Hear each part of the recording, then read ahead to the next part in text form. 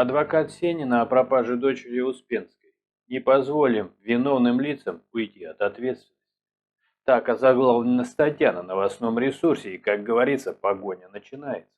Берегись, Израиль. Стали известны некоторые детали исчезновения дочери известной певицы Любови Успенской, Татьяны Плаксиной. Адвокат Елена Сенина поделилась последней информацией о внезапной пропаже наследницы Любови Успенской. Предполагается, что исчезновение Татьяны Плаксиной связано с ее творческой деятельностью и недавними концертами. Елена Сенина дала понять, что к пропаже дочери Любови Успенской имеют отношение некие третьи лица. Очень точно сказано. Третьи лица явно проявили здесь свое злое участие. Более того, в этой истории я бы заподозрил присутствие также и четвертых и пятых лиц. Здесь можно вспомнить неких дилеров, о которых говорил Басков. Также нельзя забывать соучастие в похищении сотрудников, продающих билеты на самолет до Израиля. Опять же, таможенная служба приняла участие в проверке вещей, отбывающей из России, похищаемой в Израиль. Роль экипажа пилотов, которые подняли похищаемое тело из России и скинули его в аэропорту Израиля. Соучастников много, в этом нет сомнений. Надеюсь, адвокату Сениной удастся всех их вывести на чистую воду. Такие дела, такие похищения не должны оставаться без ответа. К слову, возможно, те же третьи лица похитили из России Пугачеву с Галкиным. Полупохитили Ксению Собчак, паспорт выдали, но тело пока оставили в России. Украден Макаревич, Слепаков. Стащили Анатолия Белого. Граждане, когда же это прекратится? Что-то надо делать. И как-то заканчивать с этими третьими лицами. Собчак назвала хвастовством публикацию фото-свидетельства о разводе шамана. Ксения Собчак, сообщают об этом журналисты, назвала хвастовством и позированием пост певца-шамана с фотографией свидетельства о разводе с супругой Еленой Мартыновой. В своем телеграм-канале она отметила, что главный патриотический певец расстался с женой в год семьи. Цитата. «Какое-то вот противное и липкое ощущение. С другой стороны, все это похоже на хвастовство и позирование.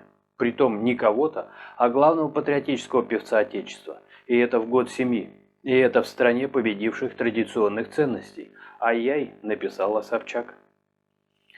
Об официальном разводе с Мартыновой артист сообщил в понедельник, 14 октября, опубликовав фото соответствующего документа, как делают в таких случаях все нормальные люди. Пара была жената около 7 лет. Мартынова старше бывшего супруга на 14 лет. В очередной раз напоминают журналисты. И, как я понял, разница эта за время брака не изменилась. В свое время Мартынова работала в пиар-отделе Алишера Усманова. С 2018 года она занимает пост замгендиректора по стратегическим коммуникациям и продвижению Мегафона. Ранее шаман признался, что к будущей девушке его должно тянуть магнитом, и он должен чувствовать, что они на одной волне. Также исполнитель передал привет главе Лиги безопасного интернета Екатерине Мизулиной. Что именно имел в виду шаман, не совсем я понял. То ли, что у Мизулиной есть нужный магнит, то ли, что у шамана без оплаты концертов с бюджета урчит в животе. Друзья мои, вот что называется интригующая и вселяющая уверенность в завтрашнем дне новость. Хотя пара моментов, вот мне, например, в ней непонятно. Ну, вот как пример. Если верить Собчак, то шаман хвастался и позировал, когда показывал документ о разводе. Но тогда почему Собчак же говорит, что данное поведение вызывает в ней противное и липкое ощущение? Хотелось бы понять. Противное и липкое – это два слова, которые не имеют отрицательного значения в случае Собчак. То есть, липко – это хорошо или плохо? Если плохо, то как же мог шаман хвастаться? Или Собчак считает, что шаману хорошо, когда липко? Если это так, то как же от него смогла отлипнуть его супруга, которая, видимо, тоже любит, когда липко, иначе бы она не вышла замуж за липкого шамана? Больше того, мы знаем, что она уже прилипала к Мегафону и к Усманову, и вроде отлипать не планирует. А вот от шамана отлепилась. Очень легко запутаться во всей этой истории, честно говоря. Ну а что касается года семьи, то тут как раз может и правильно. Ведь в год семьи не надо строить неудачные семьи, и как раз неудачный брак расторгнуть самое время. Это как симку поменять, если слишком много долгов накопилось. Год семьи – это год для любящих людей, любящих покой, уют, милую улыбку на спящих губах родного человека. Впрочем, о чем это я? Это у нас, а у них, возможно, как-то по-другому. Как именно, со временем разберемся, слушая Собчак и других представителей этого удивительного и липкого мира.